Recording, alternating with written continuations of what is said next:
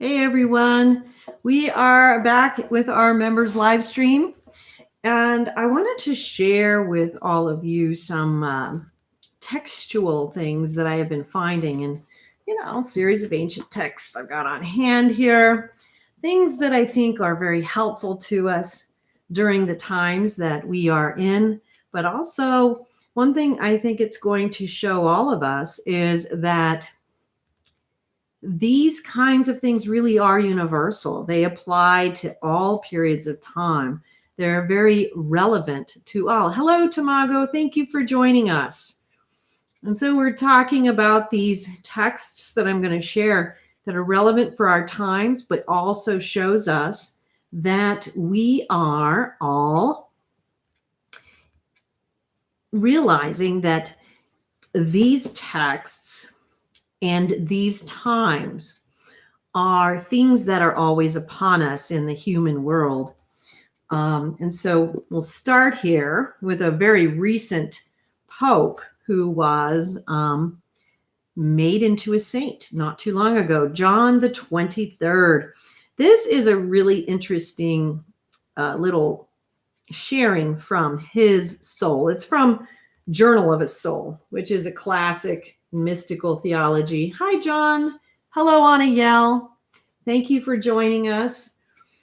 And what makes this particular quotation so special is because this is something that Pope John the 23rd wrote about his spiritual development and his formulation during the retreat that was to be the final retreat before he became a priest. So we get some insight into this formation of what's happening with him at this time.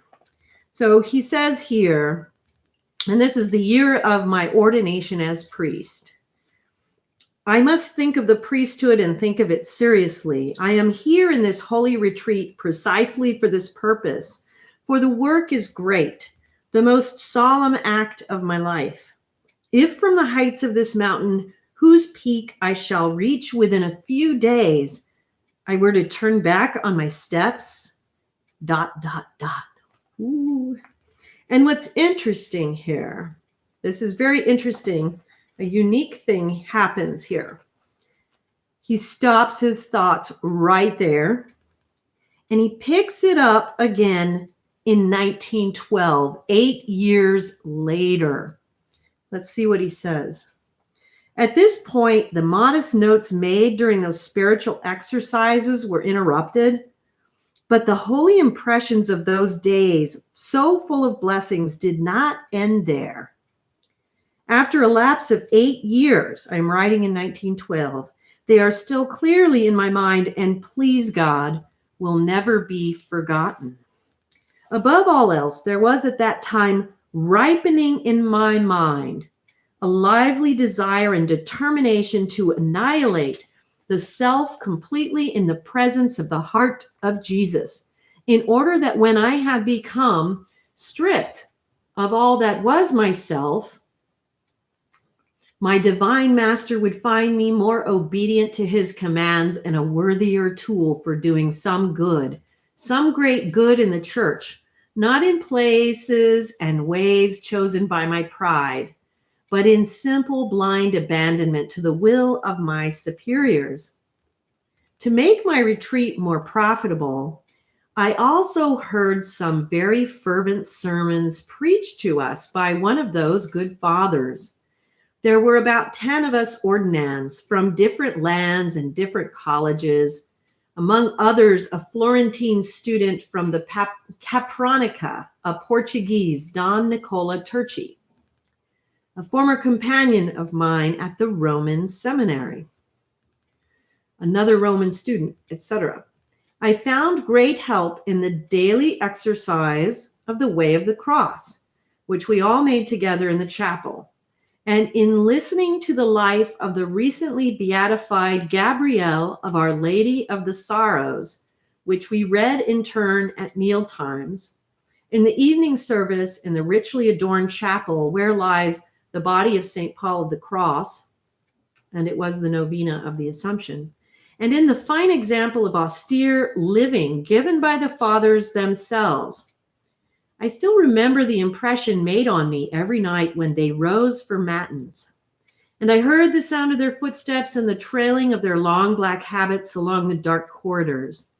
I was also particularly impressed by the solemn Christian associations of that venerable place. From my window, I could see the Colosseum, the Lateran, and the Appian Way. From the garden could be seen the Palatine and the Caelian Hill, with the crown of its Christian monuments, the Church of St. Gregory, etc. At the side of the house where I was staying was the Basilica of St. John and St. Paul, and I went down to it every evening, as I said, for the novena of the Assumption. Under the basilica, inside the Clivis Scardi, was the martyr's house. Near my room was the room where St. Paul of the Cross had died. There, every afternoon, we practiced saying Holy Mass, so everything up there breathed of holiness, nobility, and sacrifice. O Lord, how I thank you for having sent me to that holy place for my immediate preparation for the priesthood. And so here he tells us about the very important moment. On the eve of that blessed day of my ordination, the good Father Luigi, who looked after the students following the course of exercises and who had shown me many kindnesses, was good enough to accede to my wish and accompany me to some of the most sacred places. So I went with him to St. John Lateran to pray in that basilica and to renew my active faith. Then I did the holy stairs on my knees and thence went on to St. Paul's without the walls. What did I tell the good Lord that evening over the tomb of the apostles of the Gentiles? It is locked in my heart. The dawn came of that most blessed feast of St. Lawrence. My vice rector, Father Spalverini, came to fetch me from the monastery. I crossed the city in silence. The never to be forgotten ceremony took place in the church of St. Maria in Monte Santo in the Piazza del Popolo. I still remember all the attendant circumstances. The ordaining bishop was His Grace Monsignor Cepitelli. Some students from the Capranica College served at the altar. When all was over and I had raised my eyes, having sworn the oath of eternal fidelity to my superior, the bishop, I saw the blessed image of Our Lady, to which I confess I had paid no attention before. She seemed to smile at me from the altar, and her look gave me a feeling of sweet peace in my soul and a generous and confident spirit, as if she were telling me she was pleased and that she would always watch over me. In short, she sent a gentle calm and peace into my soul, which I shall never forget. The good vice rector took me back to the seminary, which was deserted, as everyone had gone into the country to Racconchita. My first duty was to write a letter at once to my bishop, Monsignor Guindani, of blessed memory. I told him in a few words what at the feet of Monsignor Cepitelli I had said to the Lord. And to him I renewed my vow of obedience and love. With what joy 8 years afterwards I recall and renew that promise. Then I wrote to my parents, so they and all the family should share in the joy of my heart, begging them to thank the Lord with me and to implore him to keep me faithful. Here he's going to share a little bit of his inner experience. In the afternoon, I was alone with my God, who had raised me so high, alone with my thoughts, my resolves, the joys of my priesthood. I went out, utterly absorbed in my Lord, as if there was no one else in Rome. I visited the churches to which I was most devoted, the altars of my most familiar saints, the images of Our Lady. They were very short visits. It seemed that evening as if I had something to say to all those holy ones, and as if every one of them had something to say to me. And indeed, it was so. And here he is expressing a very deep contemplative experience that he had that whole day in that inner communion with many such souls. I remember that among the feelings with which my heart was overflowing, the most powerful was of all was a great love for the church, for the cause of Christ, for the Pope, and a sense of total dedication to the service of Jesus, and of an intention, indeed a sacred oath of allegiance to the chair of St. Peter, and of unwearying work for souls. This oath, hallowed in such a special manner by the place where I was, by the act I performed, and the circumstances which accompanied it, still lives and throbs within my breast, more alive than words can tell. I said to the Lord over the tomb of St. Peter, Lord, you know everything. You know that I love you. I came out from the church as if in a dream. On that day, the marble and bronze popes aligned along the walls of the basilica seemed to look at me from their sepulchres with a new expression, as if to give me courage and great confidence. What an interesting and prophetic moment, right? Because this is long before he became Pope. Towards midday, a new joy awaited me, the audience with Pope Pius X, who to traditional Catholics is considered one of the greatest popes that we've ever had. My vice rector had arranged it for me. How grateful I am to him for all he did for me in those blessed days, and he went with me. When the Pope came to where I was, the vice rector presented me, and the Pope smiled and bent his head to hear what I said to him. I was kneeling before him, telling him that I was glad to be at his feet, repeating to him the intentions which I had offered during my first Mass over the tomb of St. Peter, and I told him of these briefly as well as I could. The Pope then, still bending down, placed his hand on my head and speaking almost into my ear said, well done, my boy. This is what I like to hear, and I will ask the good Lord to grant a special blessing on these good intentions of yours. That's important, so that you may really be a priest after his own heart. I bless all your other intentions too, and all the people who are rejoicing at this time for your sake. He blessed me and gave me his hand to kiss, and then he passed on and spoke to someone else. Of course, there's much more, but what does this tell us? It tells us how important that moment of aspiration, that moment of intention is in our spiritual life, that we have to revisit it. We have to renew it. We cannot lose that fervor of that first fire, so to speak.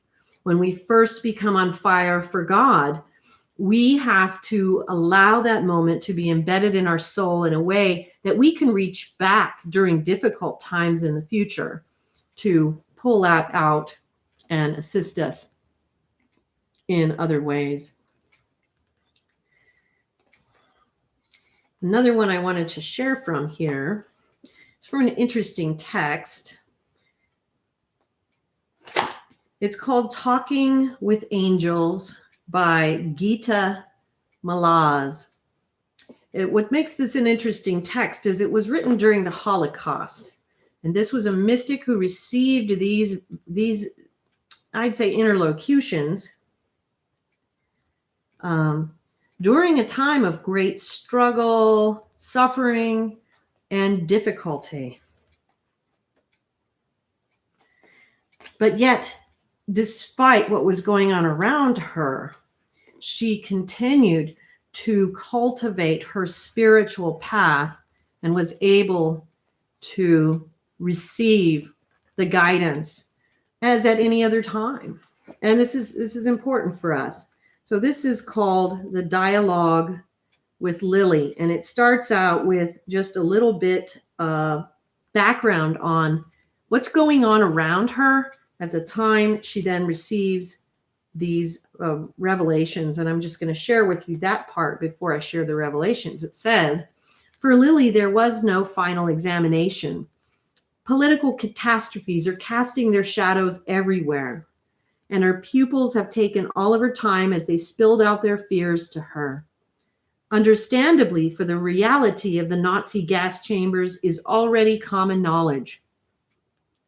Lily's brother is the proprietor of a distinguished cafe downtown near the Parliament, and one could always be sure to find Lily there, surrounded by her frightened pupils in a quiet corner until far into the night. And so she had not written out the assigned task, an omission that is pointed out to her gently. But what does this is going to show us something. And so I want you to pay attention. It's the importance of following the instruction, the guidance that we are given on a daily basis, from day to day, from moment to moment. Because when we omit things, there are consequences that we can't always predict. So again, looking at what time period, what's going on around her. Sure. Thank you, Anna Yell. Read that last thing you just read, please. Sure. So for Lily, there's no final examination. Political catastrophes are casting their shadows everywhere, and her pupils have taken all of her time as they spilled out their fears to her. Understandably, for the reality of the Nazi gas chambers is already common knowledge. Lily's brother is the proprietor of a distinguished cafe downtown near the Parliament, and one could always be sure to find Lily there, surrounded by her frightened pupils in a quiet corner until far into the night. And so she had not written out the assigned task, an omission that is pointed out to her gently. And so here's the what she receives. The tiny sprout has no idea of the heights to which it will grow, and yet it swells and stretches as it strives toward the light. The intensity of its effort determines the ultimate outcome. Take heed. You're welcome, Aniel. Everything depends upon the intensity of the effort. The knowledge that in its depths, the promise of a great tree reposes would be in vain were it not for tiny sprouts striving and growing towards the light. The ground is so hard and the earth so heavy that to overcome it, the sprout must persevere with all of its strength. My little servant, you have made an error. To fulfill the task, you must strive mightily. Fulfilling the task helps you to grow. The more you grow, the more you can give. And the greater your task, the greater your growth. You helped 2 people, but you neglected 200. And your task could become 2,000. Do you believe this? Let this be a lesson to you. Raise your helping higher, far higher, above the level of feelings. Had you completed your assignment, forces that you cannot even imagine would have served you. They are still imprisoned in you, for you have not opened the door. Lily then says, well, where is the locked door in me? You already fulfill the small task well, but from now on, take on a different role. Be Maria and not Martha. Renew your search and you will find more. Tamago says, beautiful. Ironically, the closest our Lord truly is to us is the midst of the darkness and depressing times we are going through. Very much so. Absolutely. It's interesting too, when you look at some of these mystical writings, that were given to people during times of great struggle, because it really does point out to us and remind us that these are common times for human beings. Renew your search and you will find more. Search with total faith. There is no other way. Honor your task above all else. And then, believe me, then you will be able to help above, below, and all around. The divine is everywhere. And so what that shows us is how easily we can, ironically, distract ourselves from the primary good, even with other goods, right?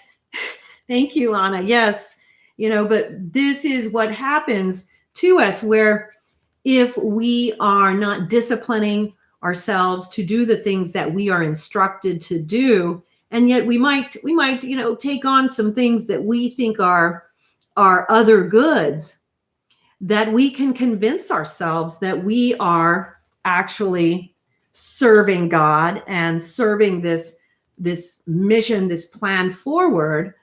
And yet we could actually be using lesser goods to distract us from the greater ones. And that is what really comes out in that reading. And here is something that comes from the Diary of Saint Faustina. I'll share in just a second. Here, let's see what Tamago says. Matthew 7, enter through the narrow gate, for wide is the gate and broad the way leading to destruction, and many are those entering through it. Excellent quote for what we're talking about. What is the name of the book again? Let me show you. It is called Talking with Angels. It is transcribed by Gita Malaz, Mallalsz. It's a pretty substantial text. And she receives these locutions while all of the world is falling apart around her. But then here we go to a quote from this Divine Mercy in My Soul, the Diary of Saint Faustina. You're very welcome, Anna. And this is important for all of us. This is something that, ironically, I mark so that when I'm really having a crappy day, I might look at this to remind myself. Because we do go through things in our spiritual life that bring us down. We feel like we're failing. We don't feel like we're doing well enough. And we all suffer from these things. And we all go through the purification process itself is grueling. It's something where things are being brought to our attention. It can be very overwhelming and exhausting because we're making changes that maybe we are not, obviously we're not going to be comfortable with them, because the things that will be rooted out within us, that will be shown to us, are things we're comfortable doing, things that are habitual, things that are just the way we have done things. So it really throws us out of our comfort zone. Purification throws us out of our comfort zone. And so here, this was after Holy Communion, I heard these words, and this is Saint Faustina. And it's in bold, which means it's Jesus speaking to her. You see what you are of yourself, but do not be frightened at this. If I were to reveal to you the whole misery that you are, you would die of terror. However, be aware of what you are. Because you are such great misery, I have revealed to you the whole ocean of my mercy. I seek and desire souls like yours, but they are few. Your great trust in me forces me to continually grant you graces. You have great and incomprehensible rights over my heart, for you are a daughter of complete trust. You would not have been able to bear the magnitude of the love which I have for you if I had revealed it to you fully here on earth. I often give you a glimpse of it, but know that this is only an exceptional grace for me. My love and mercy knows no bounds. So, kind of speaks for itself. It reminds us that this act of trust and surrender to the love and mercy of God is one great act of humility. One great act of humility. But the fruits of that great act of humility are incomprehensible to all of us. So Tamago, yes, all the time I relate. I relate to that as well. And so, we go through the discomfort that God brings to us when we are rooting out vices and rooting out old habits or old patterns or learning new ways of operating. Even when we just embrace an eternal mission, we will have to learn new ways of operating, and that's part of the purification process then as well. But what we are hearing from these words is that it is our great trust in the Lord that not only energizes these incomprehensible fruits, but it is that great trust in the Lord that actually brings about those chastisements, so to speak, that we receive in order to undergo purification. If we are not allowing ourselves to really understand that purification cannot come about without that painful exercise of that rooting out,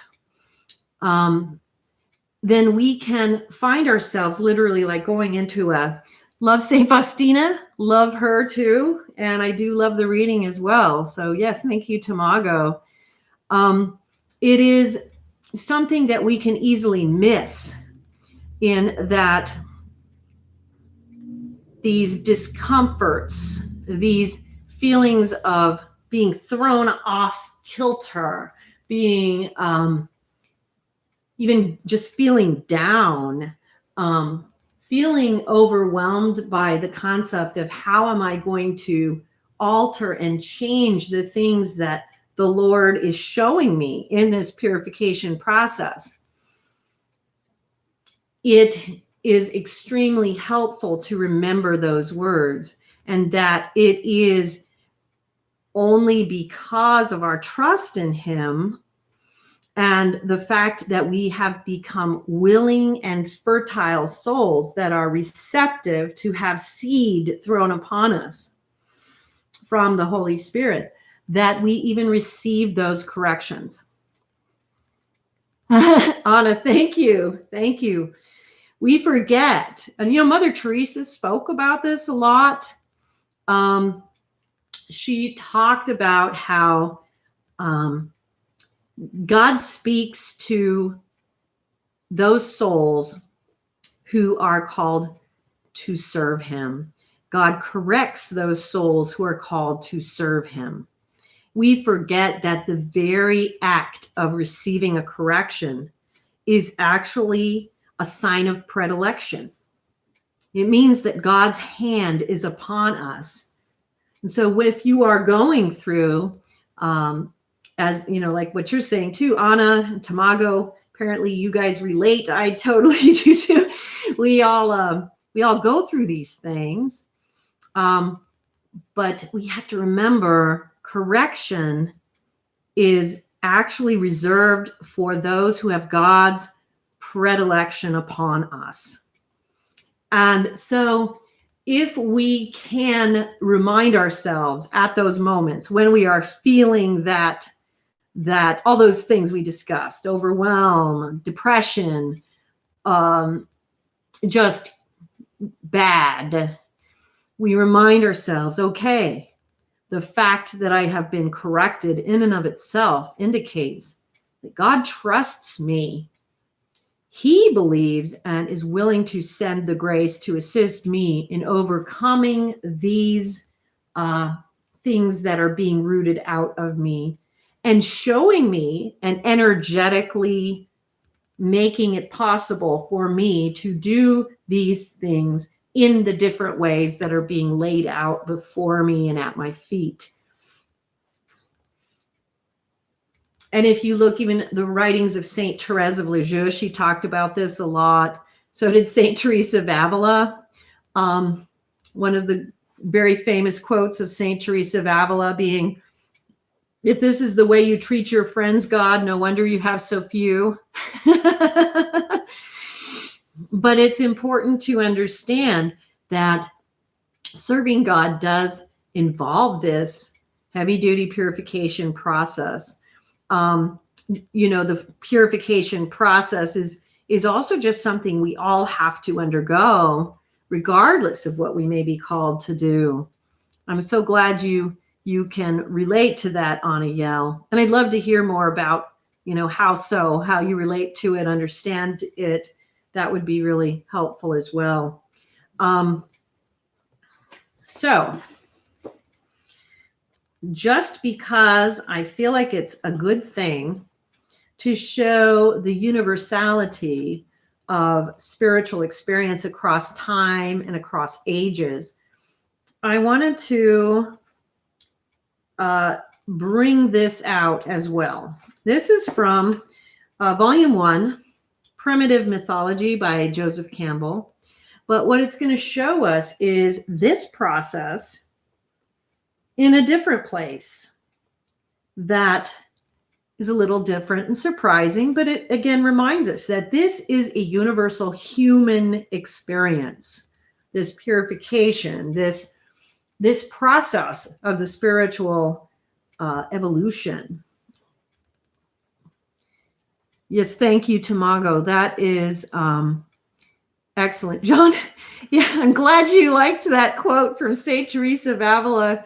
It is considered one of the most important and also one of the funniest quotes from a saint, across the board by mystical theologians. And it's so true and so relevant to all of us. And you think about the time that she was alive in the 15th or around that period, centuries, and how her experience is the same, and this helps us to understand that we're joining, the family of humanity in the spiritual journey and adventure. So Anna, the correction, and with all that is happening right now in the world, and not to be so consumed with it in relation to devotions and my one-on-one time with God. Excellent thing to pull out of that, Anna. Thank you. That is really an excellent fruit of what we're talking about. John, Marilynn, you are certainly speaking very clearly and loudly to chastisements I am currently being asked to face and address. Well, I appreciate you sharing that. And I think that many of us can relate to that either right now or at other times in our spiritual adventure, because we are always being moved forward, and there's always a little bit of uncomfortableness. Sometimes I compare it to climbing a ladder. And ironically, there was a writer in the ancient Philokalia, the writings of the early Desert Fathers, who called the book that he wrote, it was a very small little writing called The Ladder of the Divine Ascent. And he compared the spiritual journey to climbing this ladder. And he spoke about that extremely uncomfortable period when your foot has left the lower rung and is literally suspended in midair and has no foundation and nowhere to land and nowhere to fall before it reaches that secondary rung. And that is a very scary part of that divine ascent. And so that's the divine ladder, the ladder of divine ascent. Sorry, it's from a writer of the Philokalia. Tamago, I'm currently going through the same. John, yes, yes. A lot of us are going through these types of things and will continue to, because ironically, we are seeing not just the normal internal purifications that go on, as Ani Yell makes reference to, but we are seeing a purification and actually what might end up becoming and might be deemed a chastisement upon our world. Aniel, there are so many moments of discernment now, and also being inundated with so many spiritual paths that all intertwine with one another. So very true. And sometimes a big part of this process is, realizing the unification between all of them, but then also making sure we don't get too scattered by being involved in too many, because then we can also turn that into a distraction that, just as Gita Malaz was experiencing, even overstudy can sometimes become a distraction, and so we can look at goods and make them a distraction because we are avoiding the greater good, because it's harder work. It's harder work than the lesser good, and it's more entertaining as well. John says, Anna, well said about keeping proper perspective with regards to God and our own soul and spiritual development despite the ongoings of the world. Absolutely. We can easily lose our way at this time. It is just one of those times where people can really get distracted by what's happening in the world away from their own personal spiritual journey, when in reality, it is that personal spiritual journey that is going to feed and bear fruit for each of our souls to actually be able to respond to the things that are going on all around us. So welcome, Zed. Very nice to have you with us. And you say, why don't people just set up public lands to grow, farm, etc. on the spiritual basis that land is a free gift and that it is against your beliefs to be contracted in society? This would cure the economies and prevent food shortages. Wall Street has been implicated in setting a fixed number of religions. That is the problem. Well, hi, hello, ABC 1 2 3, ABC 1 2 3. Hello, welcome, guys. Well, those are interesting ideas, and I think what we would probably just have to accept there is that we have to work with what's going on around us and as it is. And that's not something that we're seeing in our world at this time. And so what we have to do is focus on how things are around us and what we can do to maximize the spiritual potential within our own soul, despite, hi, Vanya, great to see you again as well. We want to do this so that we can maximize the spiritual potential within us, within our own soul. And so this is part of the reason why we always want to bring it back to that individual study, devotion, practice, which actually is what will energize our ability to answer the questions and to answer the questions as to, since things are not that way, then how should we best respond in our world? And so here we go with this quotation from Joseph Campbell's book on primitive mythology. And again, the reason I'm going to be reading this, I want to bring it together with some of these other quotations that we talked about here, just because I want people to see a little bit about this spiritual process that is ongoing. It goes on all around the world at all periods of times. And we want to see that unification. So I'm just going to share this. And Zed, I stood up on top of a mountain and I was surprised to look down and see that society doesn't accomplish a whole lot of work, but keeps people very busy anyway. That is absolutely true. I have had experiences very similar to that, Zed.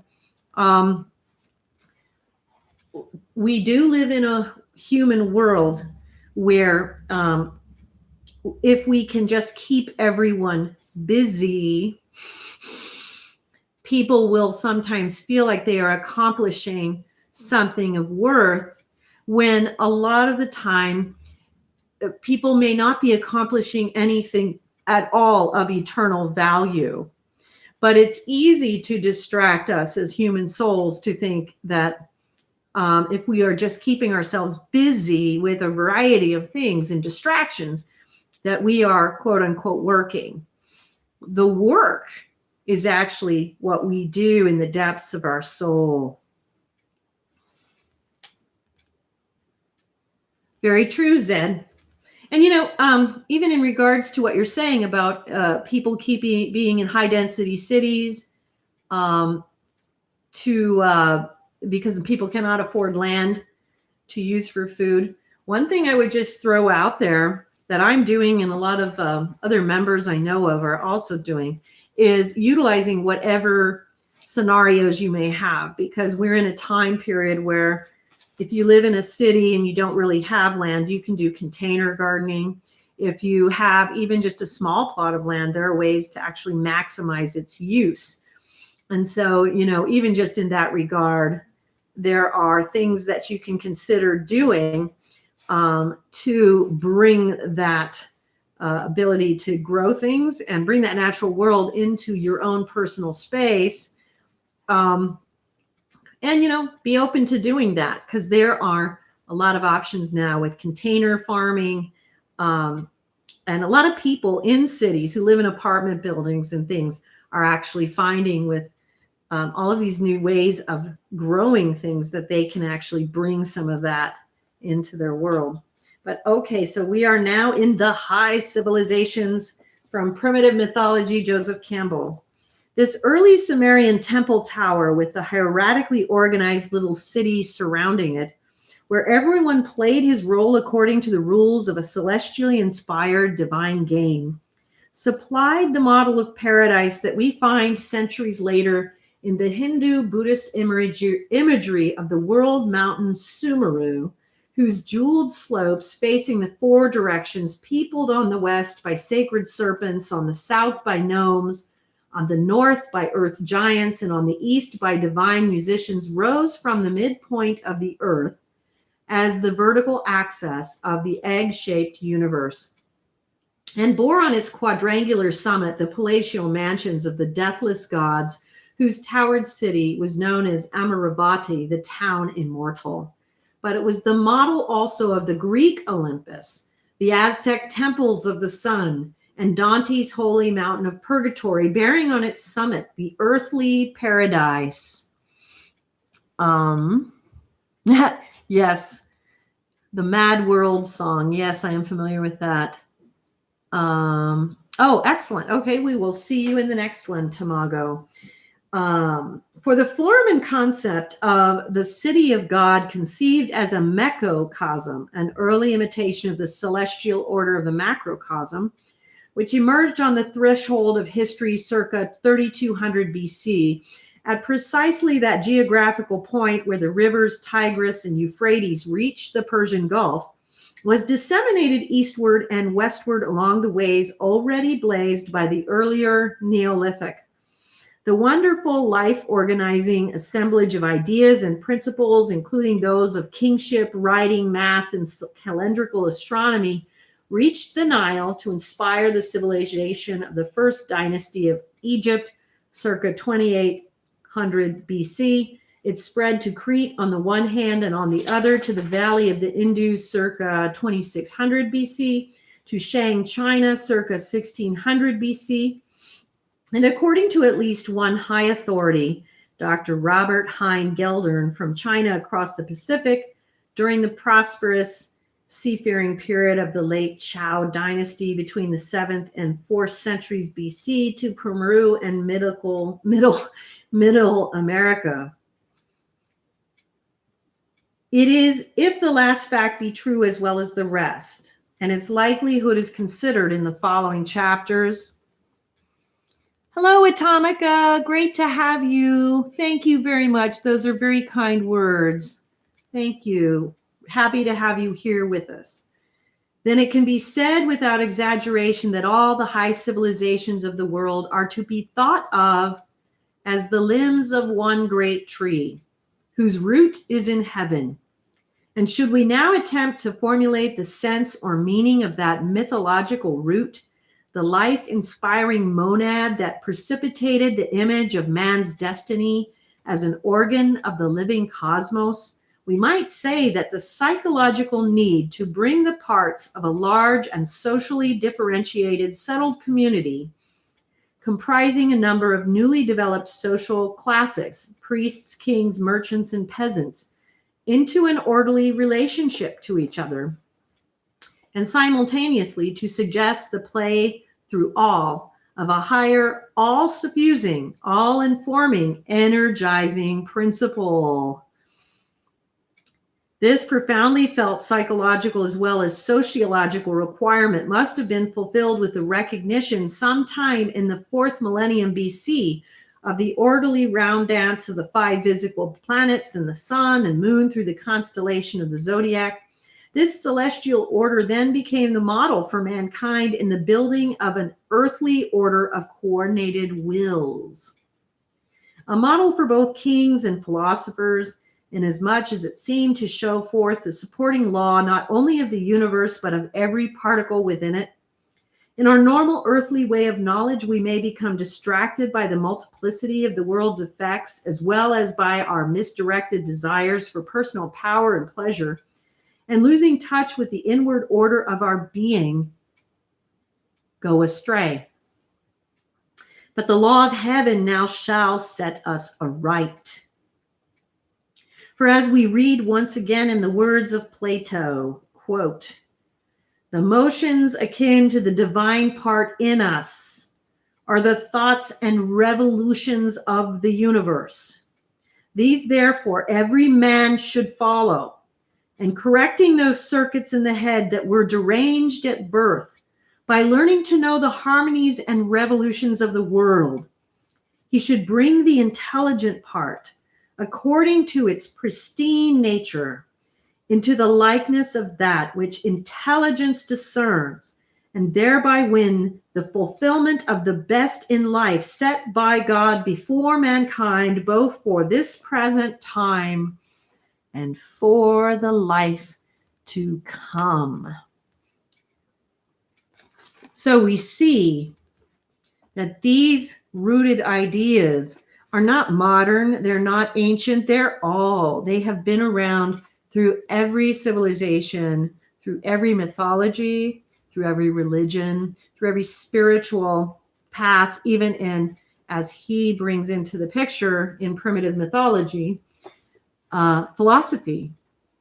It is all coming back to this internal journey of the soul, this purification of the soul, rooting out our defects and allowing the grace of God to come down upon us to bring about our correction.